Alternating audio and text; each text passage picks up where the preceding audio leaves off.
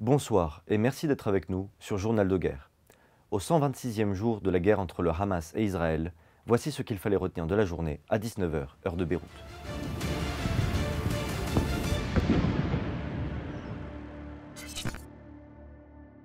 Nous commençons avec un récapitulatif de la situation à la frontière libano-israélienne. La nuit dernière, le Hezbollah a riposté à l'attaque qui avait visé une voiture à Nabatie plus tôt dans la journée, où plusieurs responsables du Hezbollah étaient présents. La milice a tiré environ 30 roquettes sur le quartier général de la 3e brigade d'infanterie à la base d'Arin Zitim. Ce matin, l'armée israélienne a lancé une attaque aérienne sur une maison à Ait Shab, causant d'importants dégâts. Des villages dans les secteurs ouest et central de la frontière sud ont également été touchés par des attaques israéliennes. Des raids aériens et des bombardements intensifs ont été signalés à Taïr Harfa, El Jibin, Zaïra, Naoura, Yaroun et Ait Shab. Bilan humain depuis le début de la guerre à 19 h, heure de Beyrouth. Selon un dernier bilan du ministère de la Santé dans la bande de Gaza, au moins 27 947 personnes ont été tuées dans les bombardements et assauts israéliens. La majorité d'entre eux étant des femmes, des enfants et des adolescents.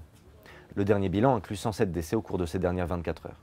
Côté israélien, 1200 morts sont officiellement recensés, un chiffre qui ne varie pas malgré l'annonce régulière de soldats israéliens tués dans la bande de Gaza.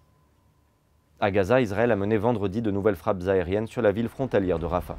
Le Premier ministre israélien Benjamin Netanyahou a déclaré avoir donné aux troupes de, je cite, « se préparer à une opération » fin de citation, dans la ville, qui est jusqu'à présent l'une des rares zones épargnées par une offensive terrestre israélienne. Selon l'AFP, il a ordonné aux responsables militaires d'élaborer des plans d'évacuation de la zone. Le département d'État américain a déclaré qu'il ne soutenait pas une offensive terrestre à Rafah, avertissant que, si elle n'était pas correctement planifiée, une telle opération dans une ville abritant plus d'1 million de déplacés palestiniens risquait d'être, je cite, « désastreuse ». Fin de citation. Philippe Lazzarini, chef de l'UNRWA, a réagi en déclarant « Toute opération militaire de grande envergure au sein de cette population ne peut qu'ajouter une couche supplémentaire à la tragédie sans fin qui est en train de se dérouler ». De son côté, le Croissant Rouge palestinien a indiqué que les forces israéliennes avaient effectué un raid sur un hôpital de Khan Younis plus tôt dans la journée. Merci de nous avoir suivis sur Ici Beyrouth. On se retrouve demain pour un autre résumé de la situation. Vous pouvez suivre toute l'actualité concernant cette guerre sur notre site www.icibeyrouth.com sous la rubrique Guerre Israël-Hamas ainsi que sur tous nos réseaux sociaux.